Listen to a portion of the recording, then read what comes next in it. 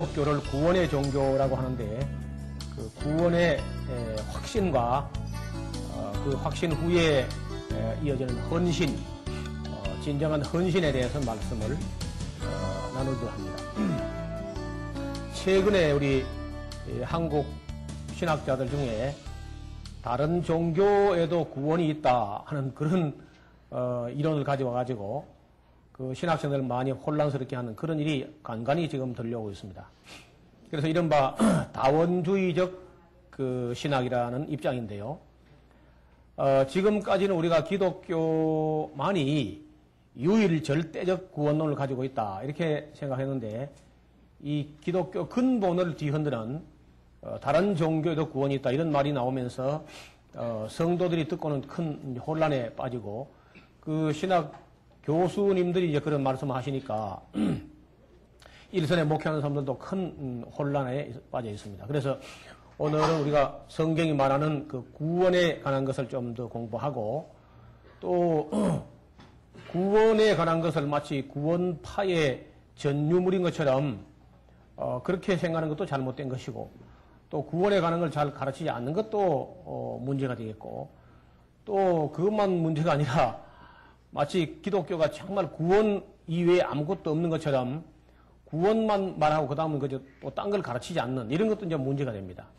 기독교를 구원의 종교라 하는 건 뭐 틀린 말은 아니지만은 딱 구원 그 외에는 가르치지 않을 때 교회도 이상한 교회가 됩니다. 그래서 오늘은 이 구약과 신약에서 말하는 구원에 대한 의미를 좀 더 새겨보고 지금 정말 그 종교 다원주의자들 말하는 대로 다른 종교도 정말 구원이 있는 것인지도 잠깐 살펴보려고 합니다.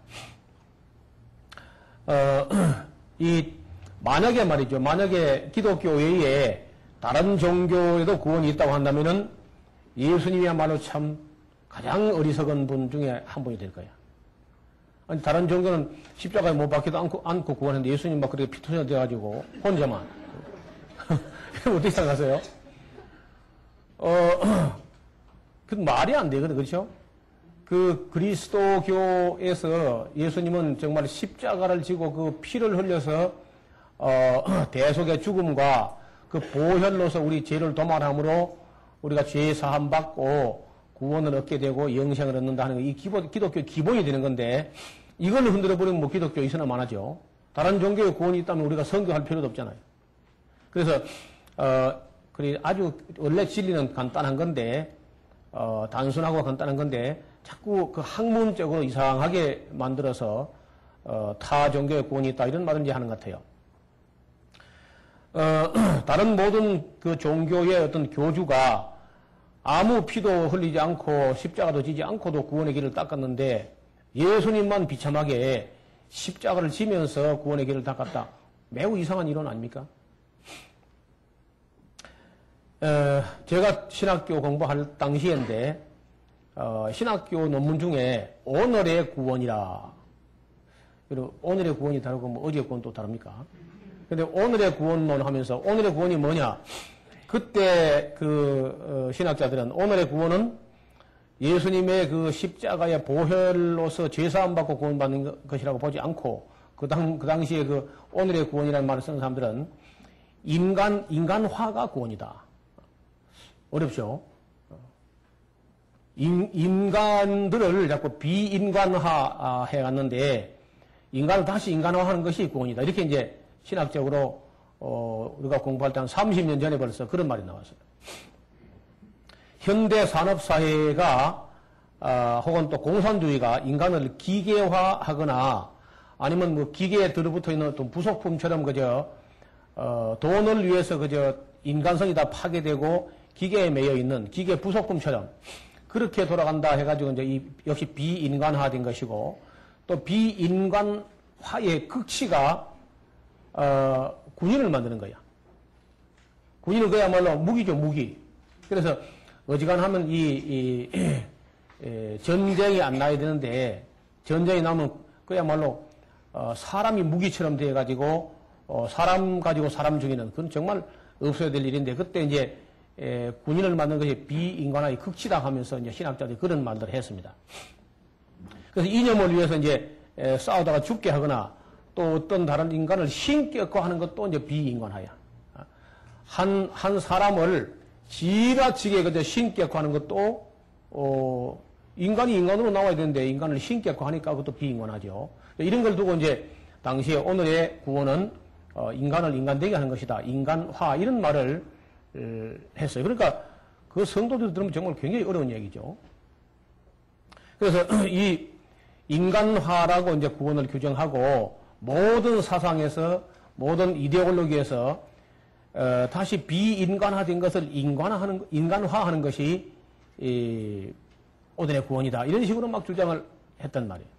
처음에 제가 신학교에서 얼마나 혼란스러운지 몰라요. 야, 내가 이런 걸 배우러 신학교 왔는가 싶을 정도로 혼란이 있었습니다. 한때 또 그 전후해가지고 오늘의 예수란 또 그런 논문도 나와서 오늘의 예수. 우리는 오늘의 예수가 옛날의 예수고, 그 2000년 전의 예수님 오늘의 예수고 내일도 예수고 뭐 항상 꼭 같은 분인데 오늘의 예수라는 신학이 등장하면서 오늘의 예수는 2000년 전 마리아의 몸에서 난 예수 그리스도가 아니고 그거는 그때 당시의 그리스도 예수고 오늘의 예수는 다르다. 그 오늘의 예수는 누구냐? 이한열이가 오늘의 예수라는 거예요. 이런 신학이 있었어요. 그래서 옛날에는 예수님 이름으로 기도하면 하나님 들으시지만은 오늘에는 이한열의 이름으로 기도해야 하나님 들으신다. 이런 신학이 여러분 신학자들에게서 공공연히 나와가지고 주창이 되고 했는데 성도들이 뭐 아니면 정말 그 뭐 졸도할 일이죠. 그 이제 오늘의 예수라는 말도 이제 그렇고 오늘의 구원 이런 말들이 이제 전부 다 잘못된 신학인데도 그런 학설들이 신학교 난무한다는 사실을 다행히 성도들이 모르죠. 알아서 뭐 장학금도 안 나오고 이제 신학교 후원만 할 텐데 말이. 그래서 한때 또 그 독일 같은 데서는요 히틀러가 오늘의 예수라는 거야. 그래서 예수 히틀러라는 말을 썼어요. 그 오늘의 예수는 히틀러로 성육신대에 나타났다. 히틀러가 오늘의 구세주다. 이렇게 이제 그런 신학이 대두하면서 예수님 이름으로 기도하는 것이 아니라 히틀러 이름으로 기도하면 하나님 들으신다. 이런 신학이 나왔다는 거예요. 독일 신학이. 그래서 여러분 어설프게 신학을 시작했다가 이런 말 들으면 그냥 당장 그저 보찜사가 집어 가겠죠. 이런 그 신학 사조가 이제 막 판을 치다가 좀 조용하는가 했더니 이제 최근에 와서는 그 종교 다원주의, 다시 말하면 다른 종교에도 구원이 있다.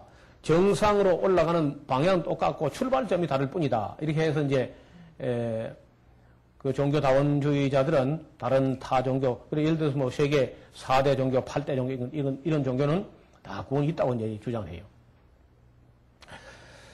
자, 그러면 이제 도대체 구원이 뭔가? 도대체 무엇을 구원으로 보기 때문에 이게 있다고 주장하고 없다고 주장하는가? 여러분, 우리가 다 아는 줄 알았는데요. 물으면 잘 모릅니다. 안 물으면 아는데 물으면 잘 몰라요. 여러분, 구원이 뭐요? 그러니까 내가 어디가 물으니까 10원에서 1원 모자라는 거예요.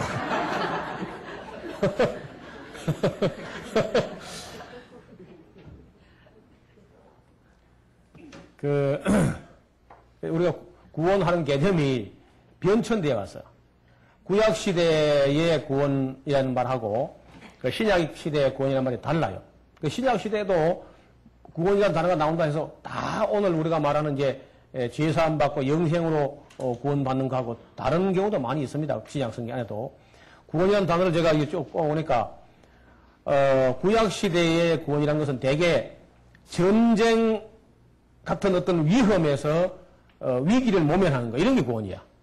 대부분 구약시대의 구원이라는 것은 전쟁에서 구원받는 겁니다. 전쟁에서. 하도 전쟁이 많이 나니까.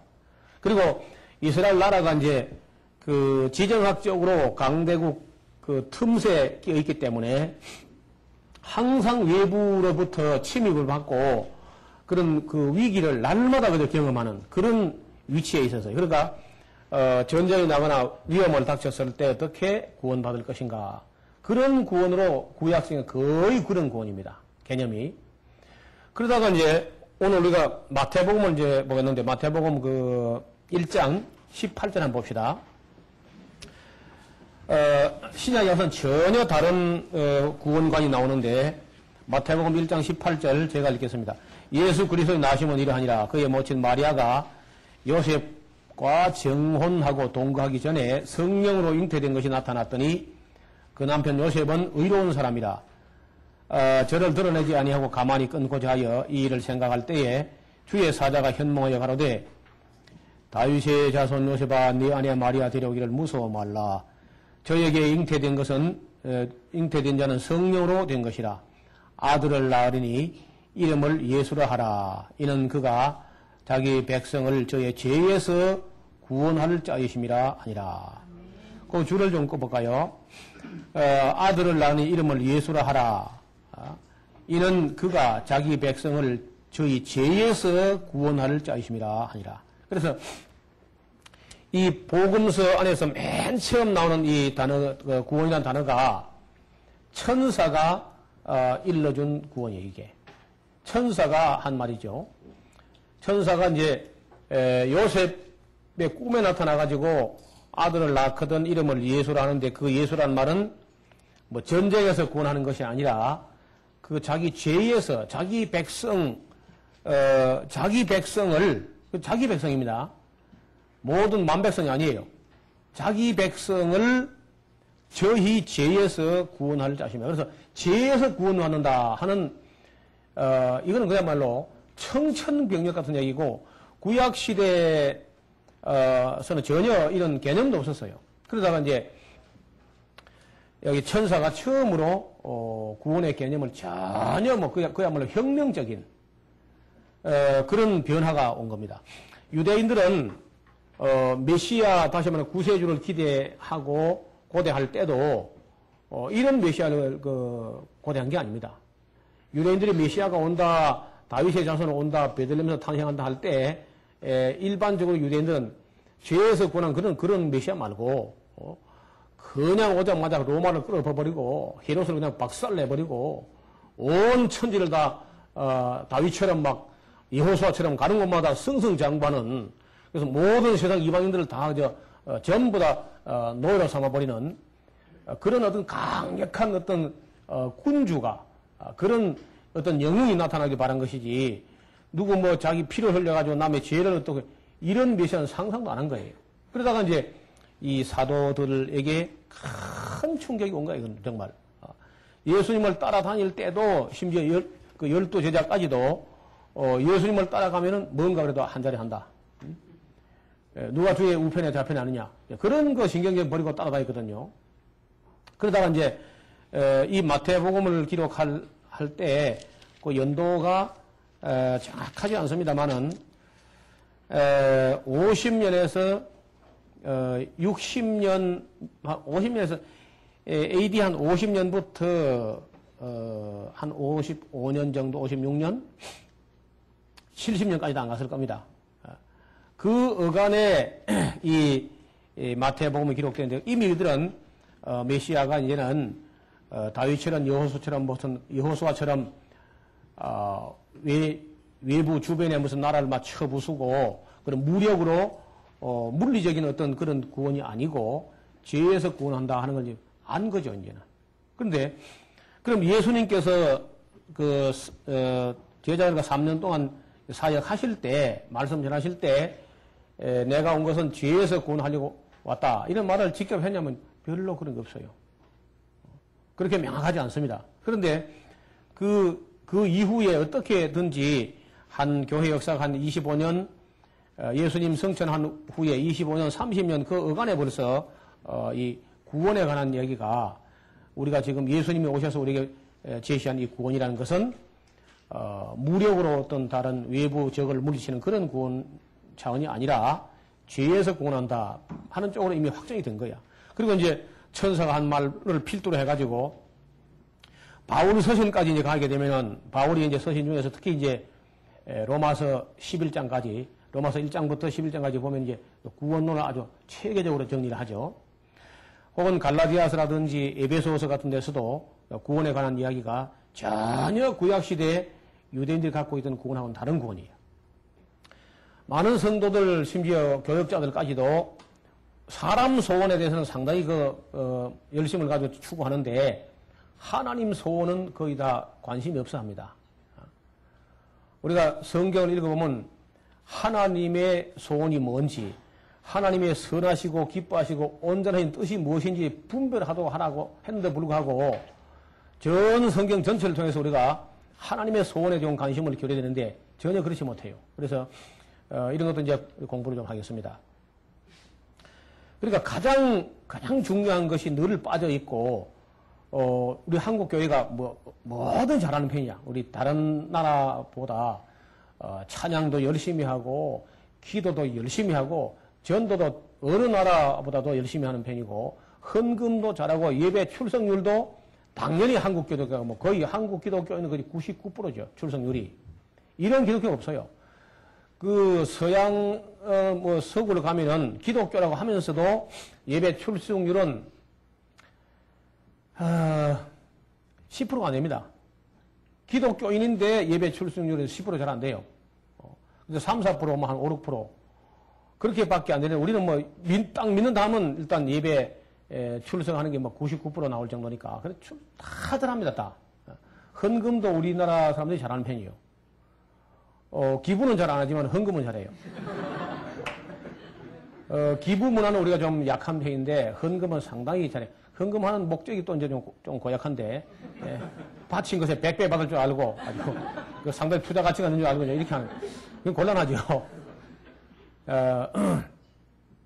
그래서 이제 다 잘하는데 딱 한 가지를 잘 못하는 게 성경을 제대로 못 가르쳐요.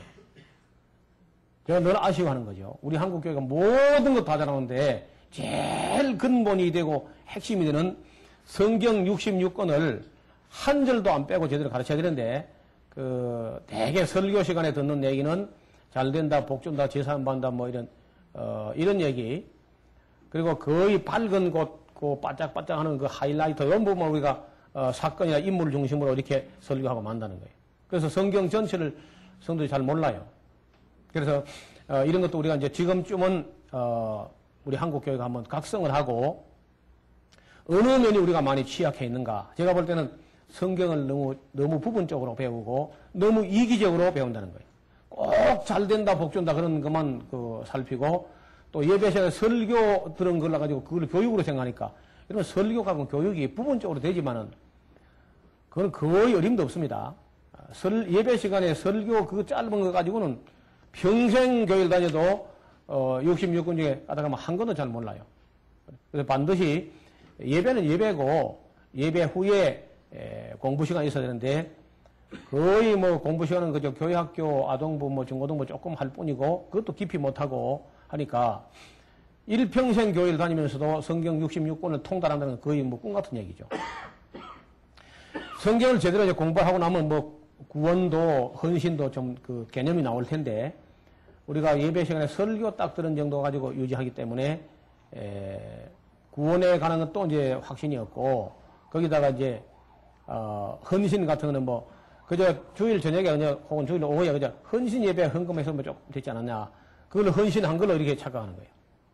매우 잘못된 생각입니다. 그래서 오늘 이 강의를 끝까지 들으시면은 우리가 지금 바르게 믿고 바르게 사는 것이 아니다. 특히 바르게 헌신되지 않은 것 때문에 하나님이 누구 자꾸 일할 사람이 없어요. 많은 사람들이 교회에서 움직이고 활동하지만은 하나님께서 쓰시는 것이 아니라 자기 좋아서 하는 경우 많아요. 그 얘기는 나중 그 뒷부분에 가서 한번 더 정리하겠습니다.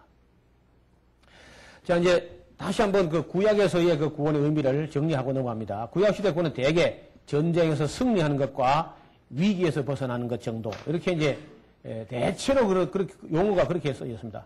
그러면 신약에 들어오면서 이제 구원이라는 것은 전혀 다른 뜻으로 기록되는데, 신약에서는 보통 이 소조라는 그런 말이, 써지고, 소테리아, 이런 말인데, 죄에서 구원받는 것으로 변하게 됐다는 거 꼭 정리하셔야 됩니다. 그러나 이제 예수님께서 실제로 우리에게 보여준 것은 딱 죄에서 구원받는 것뿐 아니라, 조금, 여러 가지 이야기를 이제 보여주는, 죄도 이제 원죄 문제가 있고, 자범죄 혹은 죄과, 혹은 허물, 이런 문제도 있고, 그 다음에 이 죄의 세력, 범죄한 어떤 행위가 용서되는 것보다 더 중요한 것은 죄의 권세, 죄의 어떤 파워가 사람 속에 딱 우리 지체 속에 한 악한 법으로 있어가지고, 우리 양심을 자꾸 이제, 약하게 만들고, 그리고 우리 육체를 죄의 도구 되게 만드는 우리 속에 살아있는 죄성, 이런 문제, 죄의 권세에서 구원받는 문제. 나중에 이제 바울이 하는 얘기인데요. 그 다음에 이제 귀신으로부터 구원받는 것. 구약시대에 그 많은 예언자가 왔다 갔다 했지만 아무도 어떤 예언자도 귀신을 제어하거나 귀신을 쫓아내거나 그런 예언자는 없었어요. 그런데 예수님이 오시면서 이 귀신으로부터 구원받는 이건 아주 굉장히 중요한 문제죠. 오늘도 또 우리 한국 기독교가 전혀 귀신에 대해서 잘 모르기도 할 뿐 아니라 귀신을 쫓아내지 못하는 그런 기독교.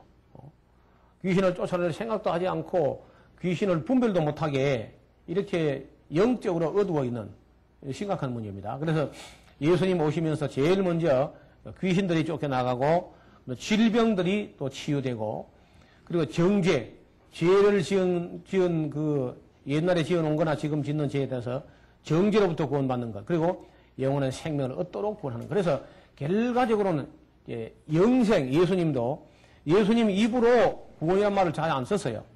종말에 가서 끝까지 견디는 자는 구원을 얻으리. 이때 한 번 정도, 복음서 한 번에 한두 번 정도 쓴 것이고, 별로 예수님 당신 자신 입으로는 구원이란 말을 그렇게 많이 자주 안 썼습니다. 이렇게 여러 면에서 구원하시는 것을 보여주시는데, 이러한 구원은 단순하게 정리하면 더 쉽게 이해할 수 있습니다. 근본 문제를 이야기하는 게 쉬워요. 근본적인 문제는 하나님과 인간 사이의 관계 회복이다 하는 쪽으로 정리하는 게 쉬울 겁니다.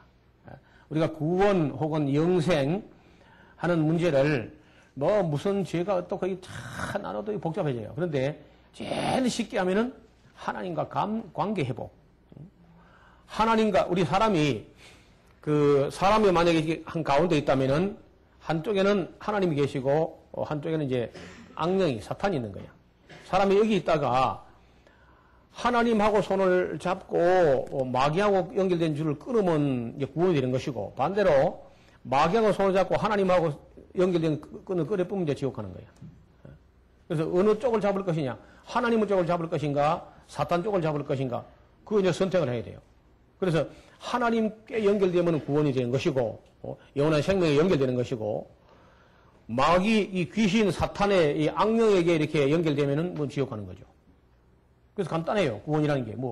어렵게 생각하면 한없이 어려운데, 하나님과 관계 회복이야. 그리고 세상 사람들이 우리가 전도할 때, 이 예수님을 믿는다, 하나님을 믿는다는 것은 그 악령 혹은 귀신, 마귀 편에 있다가 하나님께로 기순하는 거예요, 기순. 하나님께 돌아오는 겁니다. 그렇죠?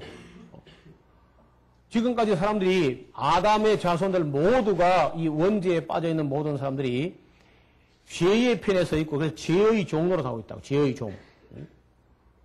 죄의 종로로 하고, 결국 이제 마귀가 죄를 짓게 하는데, 죄를 짓게 한다 해서 마귀를 따라서 죄를 짓다 보면은 결국 우리도 마귀와 그 사자들을 위하여 예비한 영영한 불에 들어간다는 거예요. 그게 예수님 말씀이에요. 그래서 그 죄와의 관계 혹은 귀신들과의 관계를 딱 잘라야 돼요. 그러니까 한쪽을 자르면 한쪽을 가는 거죠, 어차피. 그러니까 만약에 우리가 그 에덴 동산에 보면 하나님과의 관계를 잘라버리고 뱀에게 그 귀신에게 들어붙어가지고 사탄에게 연결돼가지고 살아왔는데, 그러면 그 사탄하고 연합되어가 있으면서 아무리 선한 일을 해도 그 하나님께 용납이 안 됩니다. 아니, 이거 봐요. 여러분 혹시 여러분 아내가 본 남편 버리고 다른 남자하고 선한 일을 하고 다녀와. 아무리 선한 일해도 그게 인정이 안 돼. 그렇죠? 이해가 좀 안 되는 모양이에요. 그렇게 하면 쉽죠. 우리가 다른 종교에서 선한 일을 하지 않느냐. 글쎄, 마귀도요, 광명의 천사처럼 가정합니다. 선한 일도 해요. 요즘은요, 놀랍게도 이 마귀의 종교에 있는 사람들도 이 악마가 만든 종교에 있는 사람들도 선한 일 많이 해요. 그래가지고, 기독교인을 보고 슬슬 욕을 하면서 믿는 놈들이 더 나쁘다 그러면서, 자기들이 더 선한 것처럼 그렇게 한다는 거예요. 근데 하나님 앞에 그거는 전부 위선입니다, 위선. 하나도 수에 안 쳐져 있는 거예요.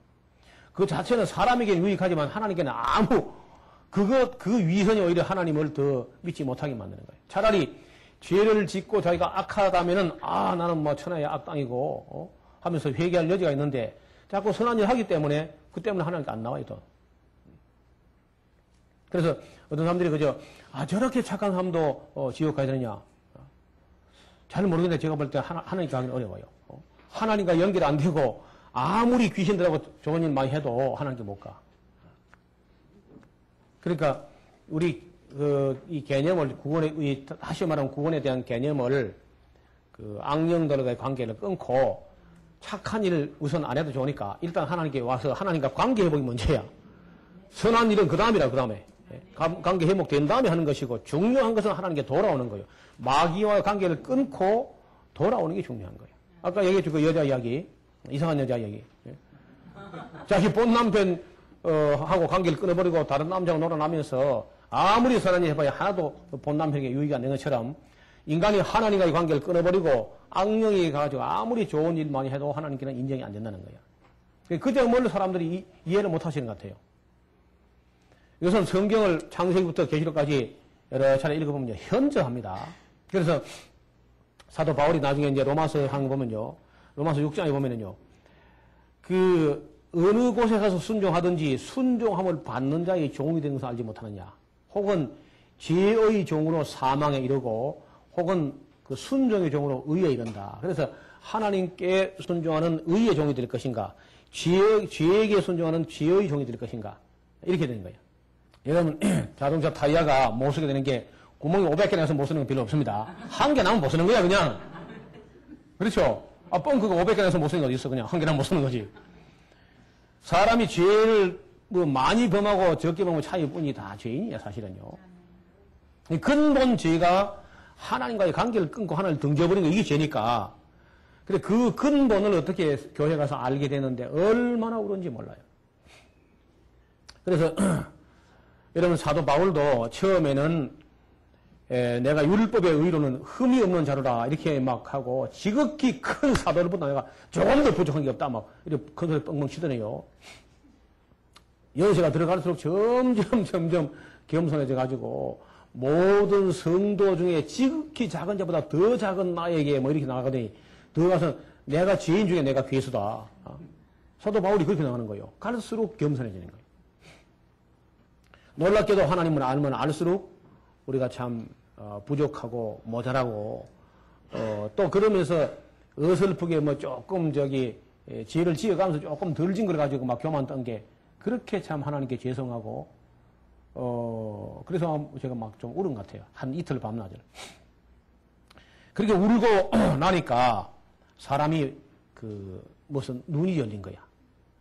그때부터 이제 정말 하나님 말씀이 들리고 보이고 이해해야 되는데 설교하신 분의 설교를 100%만 알아듣는 게 아니라 200%, 300% 알아듣는 거예요. 참 죄의 거리새로부터 딱 잘라버리고 그리고 이제 하나님 앞에 뭐 이른바 이제 뭐 중생이라고 했죠. 나중에 이제 구원의 단계를 말씀드릴 텐데 혹시 여러분 중에서 아직 그런 경험을 안 한 분이 있다면요. 한번 깨져야 돼, 완전히. 자아가 완전히 다 무너지고 깨지고, 그러면서 좀 거듭나는, 정말 중생을 체험하게 되는데, 그런 경험이 없는 사람도 있습니다. 없어도 이제 자기도 모르게 스무스하게 지나가는 사람들, 우리는 요란하게 넘어갔어요. 온 동네가 다 소문날 만큼 너무 요란하게 그렇게 회개가 터지고 했는데, 제가 볼 때 요즘 그런 사람이 별로 없는 것 같아요. 영 죄를 아예 안 짓는 건지. 우리는 뭐 너무 요란하게 그렇게 해가지고 뭐 소강대에서 때려 부쉈으니까. 그렇게 하면 자아가 무너지면서 깨지는데, 그러고 나서 성경이 막 보이기 시작하는 거야. 이런 여러 가지 체험들을 가지고 또 이야기하면 또 이야기가 복잡해지니까 그 원리는 아까 말씀드렸죠. 죄와 혹은 죄와 마귀, 귀신, 사탄, 악령의 세계, 어둠의 세계하고 관계를 끊는 거하고 그 다음에 하나님과 관계를 다시 회복하는 것. 하나님과의 관계 회복이 구원이라는 것. 나머지는 전부 지엽적인 문제입니다. 근본이란 것은 하나님과 관계 회복이에요.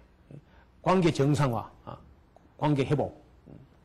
그래서 우리가 기독교의 이 믿음이라고 하는 것은 뭐 할 수 있다, 뭐 긍정적인 사고방식, 뭐 적극적인 사고, 이거하고 다릅니다. 그거는 그 나름대로 무슨 그 믿음이라 할 수 있지만은 진정한 이 기독교 신앙이라는 것은 인격적 대상과의 관계 회복이라는 거예요. 하나님을 등지고 살던 사람이 하나님을 믿고 살 뿐 아니라 믿는 데서 끝나면 되는 게 아닙니다. 하나님을 믿을 뿐 아니라 하나님을 사랑한다고 가야 돼. 왜냐? 관계니까. 우리가 믿는 데까지 가서 되는 게, 우리가 맨날 우리 교회 와서 우리 성도들이 믿습니다 막 그런데 믿습니다. 되게 믿음이 없을수록 믿습니다 강하게 해요. 안 믿으면 어떡하냐? 안 믿으시면 믿습니다. 그냥. 쉬운 사람 5개 좀 해가지고 믿습니다. 그렇게 말해서 하면 그 믿음이 좋은 게 아니고 믿음이 한 방울도 없는 거야. 그래 억지로 좀 짜내 보려고 이제 안 나오니까, 믿음이 안 나오니까. 그런 거 쏘면 안 돼요. 우리 목사님들 잘 들으세요. 성도 중에 누가 믿습니다, 믿음이 강하구나 하지 말고, 저분이 믿음이 한 방울도 없구나, 그래 알아야 돼요. 그래서 맨날 근데 그 상태에서 발전이 없고 맨날 믿습니다 이렇게 머물러 있어요. 그렇게 하면 안 되고, 믿음의 덕의 지식을, 지식의 절제, 인내를, 인내, 경건의 형제 우애를, 형제 우애 사랑을 공급할 그런 단계를 거쳐서 믿음이 성장해가지고 성숙돼가지고 마침내 하나님과 관계 정상, 그 관계의 완성은 사랑으로 완성되는 거니까. 믿음으로는 관계 회복의 시작 출발점이고, 그러니까 역시 이제 정말 믿고 돌아왔다면 이미 구원받는 건 마찬가지죠.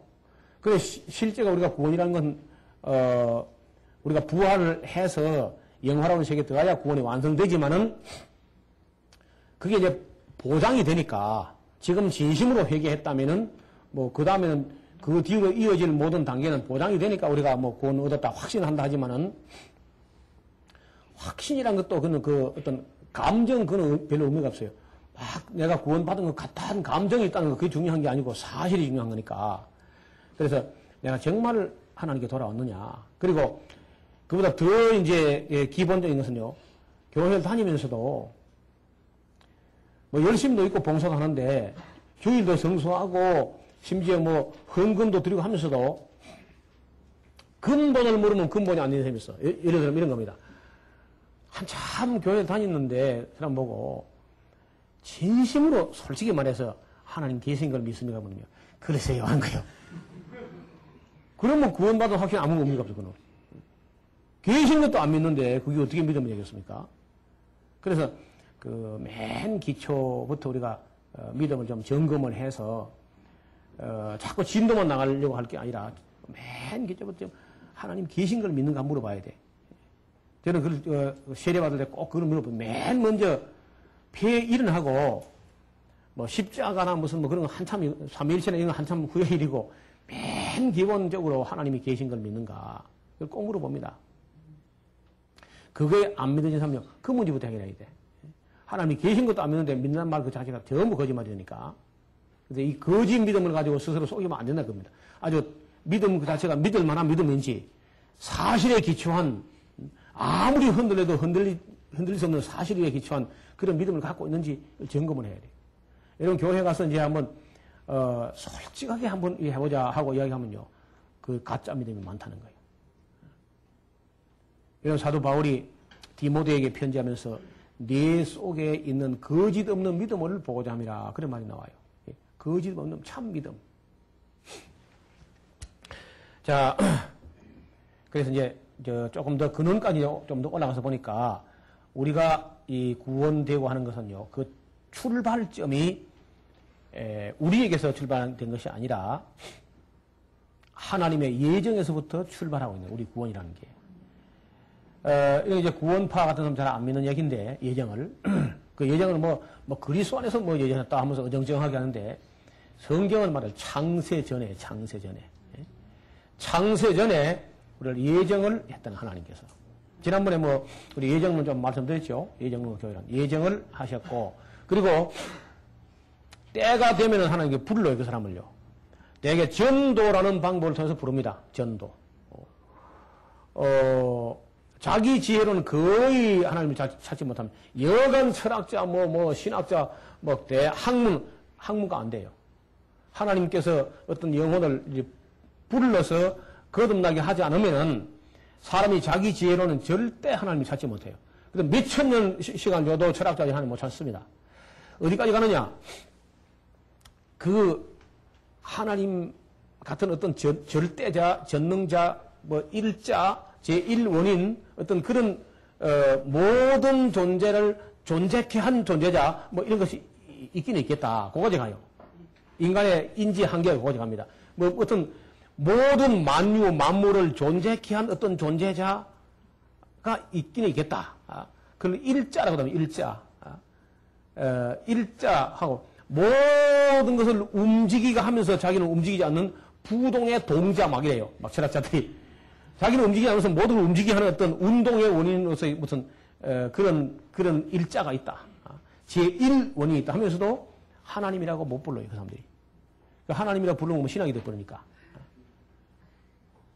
그까지는 가는데 그 하나님을 인격적으로는 절대로 알지 못해요. 사람이. 그래서 위로부터 계시가 주어져 가지고 그 사람을 불러서 계시로서 알게 해주지 않으면은 절대 사람이 자기 지로 알지 못해요. 그래서 그걸 보통 이제 신학적인 용어로 하면 내적 조명이라, 내적으로 성령이 한번 반짝 비춰줘야 사람이 이런 걸 깨닫게 된다는 거예요.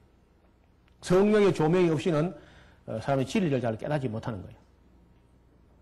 근데 그 성령이 어떻게 역사하느냐? 지금처럼 그 진리의 말씀을 가르치고 선포할 때 성령이 역사하시면서 우리 마음속에 하나님을 아는 빛을 이렇게 조명, 비춰주면은 그때서 사람이 중생 깨어나는 거예요. 여러분 제3 거듭남의 비밀 해가지고 또 이제 구원파가 막 운동해서 막 그저 하면 전부 다 자기 제도 산 받았는지 안 받은지 모르겠고 내가 중생 했는지 안 했는지 모르겠고 그거 좀 알아보자 하고 넘어가지 말고요. 중생이라는 것은 본인이 노력하는 게 아닙니다. 여러분 애를 낳는데 그 어머니 뱃속에 있는 아이가 내가 몇 년도 몇 시까지 꼭 나가야 된다 그래가지고 막 나오겠다고 그런 애가 없습니다.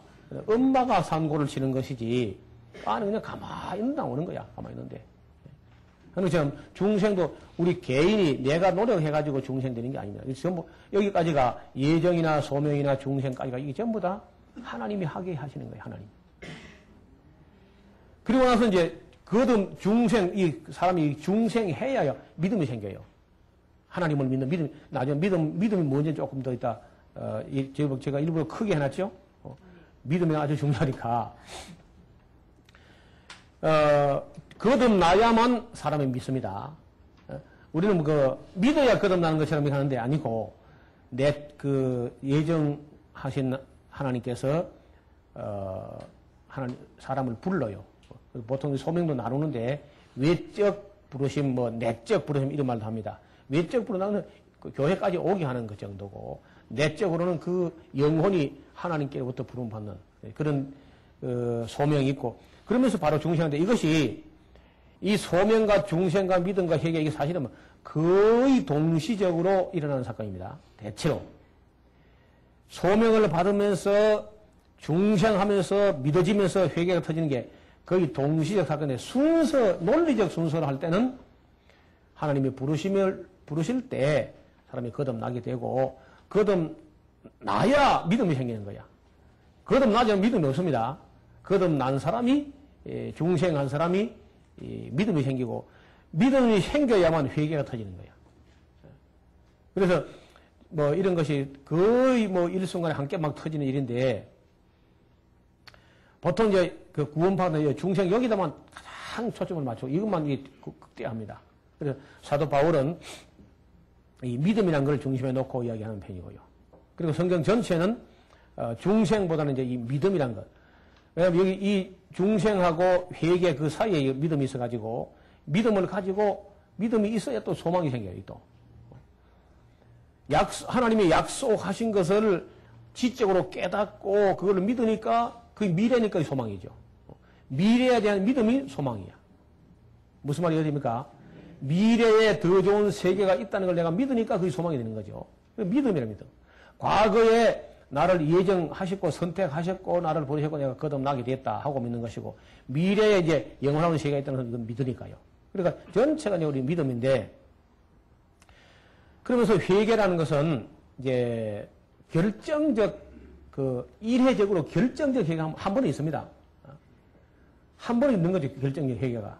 한 번에 있고 그 뒤에도 사람이 한 번 회개했다 해서 그러면 잘못된 길 안 가느냐.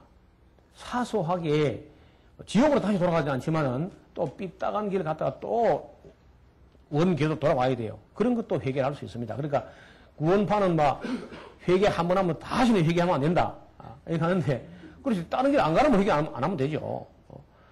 구원받은 후에도 사람이 곁길로도 갈 수 있습니다. 옛날로 믿지 않는 세계로 마귀에게로 귀신이 돌아가지 않지만은 구원받아 회개한 후에도 또 정모로 못 가고 곁길로 가는 수 있다니까. 여러분 운전하다 그런 거 있죠? 아니 교회 오다가 집으로 가버리지 않지만은 곁길에 잘못 빠지면 이따 잘못 왔다 하고 돌아오잖아. 그렇죠? 그것도 회개로 할 수 있다 그 말이야. 그리고 꼭 뭐 회개 자백 나눌 것 없이 일반적으로 말할 때는 그것도 회개야. 돌아오는 거니까. 결정적으로 한 번 중생과 함께 터지는 회개가 한 번 있을 뿐 아니라 그 뒤에도 사람이 옛날로 돌아가지는 않지만은 곁길로 잘못된 길로 갔다가 다시 돌아오는 그런 것도 회개를 보니까 그런 개념의 차이일 뿐이죠. 그래서 루터 같은 거 이런 말 합니다. 나는 죽을 때까지 죄를 안 짓고는 살기 어려울 것이다. 고의적인 죄, 어떤 반복적이고 계획적이고 의도적이고 이런 건 아니지만은 실수라는 의미에서의 죄라는 것은 내 평생에 완전히 해결이 안 될 것이다. 그래서 그럼 그 말이 나는 평생에 죄를 지을 수밖에 없어. 그래서 나는 평생에 예수님이 필요하다. 그런 말을 했어요. 루터가. 이런 것은 이제 결정적으로 무슨 다시 마귀에게로 돌아갈 리는 없지만은 하나님을 향해 가다가도 정로에서 벗어나서 곁길로 빠지는 수가 있다는 거예요. 사람이. 그것도 없으면 참 좋겠죠. 그래서 여러 단계를 거쳐서 이제 구원이 완성이 되는데 그 완성은 영화, 부활이죠. 부활. 우리가 영화로운 몸이 되는 것. 그때 가야 우리 구원이 완성되는 것이고 지금은 우리가 예정으로 소명으로 중생으로 구원받았으며 또 구원받아가고 있으며 앞으로 구원이 완성이 될 겁니다. 언젠가. 부활로서. 그리고 부활한 후에 진주문 열고 그리고 이제 그 새 예루살렘 그 생명수 강가에 심은 생명나무 가지를 따먹어야 그 다음에 큰 소리 쳐야 돼. 그 다음에는 뭐 큰 소리 쳐도 괜찮아. 아무도 누가 말릴 사람 없습니다. 영생의 나무, 영생을 주는 그런 생명나무 과일을 우리가 에덴 동산은 못 먹고 엉뚱을 먹어가지고 잘못됐으니까 결국은 지금 죄를 지은 후에는 그걸 따먹으면 안 된다 해가지고 하나님께서 두루도는 화영금을 더 따지 못하게 죄를 지은 주제에 또 영생은 안 되니까 생명나무 과일을 따먹지 못하게 했다 하시고 그것은 이제 언제 따를 수 있느냐. 부활한 후에 새 예루살렘에 진주문 열고 들어가서 길 가운데 생명수 강이 흐르고 강 좌우에 생명나무 과일이 있는데 그걸 먹어야 정말 내 영생으로 가는 거야. 그까지는 그때까지는 항상 우리가 경건한 마음으로 두렵고 떨림으로 그렇게 조심해야지. 뭐 구원받았다고 길길이 뛰면서 그냥 회개도 안 하고 지할 짓 다 하고 욕심 다 부리고 그렇게 하면 안 된다는 거예요. 그런 식으로 잘못 가면 구원파 비사에 드는 수가 있는 게 아주 위험해요. 그런데 실제로 성도가 믿음을 가지고 확신 가운데 선다는 것은 이러한 도식만의 그 믿음이 유지되는 건 아닌 것 같습니다. 맨 먼저 성도가 믿음을 갖게 되는 개인적인 체험이라는 것은 사람마다 약간 차이가 있을 수 있는데 그 예를 들면 뭐 모태에서부터 믿은 사람들 시험하고 우리처럼 다 커가지고 세상에서 뭐 좀 까불고 교문을 떨다가 전격적으로 이제 이렇게 믿은 사람 좀 차이가 나요. 그래서 우리 늦게 우리처럼 중간에서 살아가다가 믿은 사람들은 막 굉장히 표가 나게 시험이 아주 분명하고 요란하게 막 그렇게 하는데 기복이 또 심해요. 그런 사람들은. 근데 이제 모태에서부터 믿은 사람들은 뭐 믿는 것 같기도 하고 안 믿는 것 같기도 하고 좀 힘이 없고 뭐 그렇고 어떤 특별한 시험도 없는 것 같은데 그래도 어려운 일 이게 넘어갈 때 보면요 전혀 어렵지 않게 넘어가요. 잘 스무스하게 뭐 어지간한 건 다 그냥 넘어갑니다. 그런 게 차이가 있어요.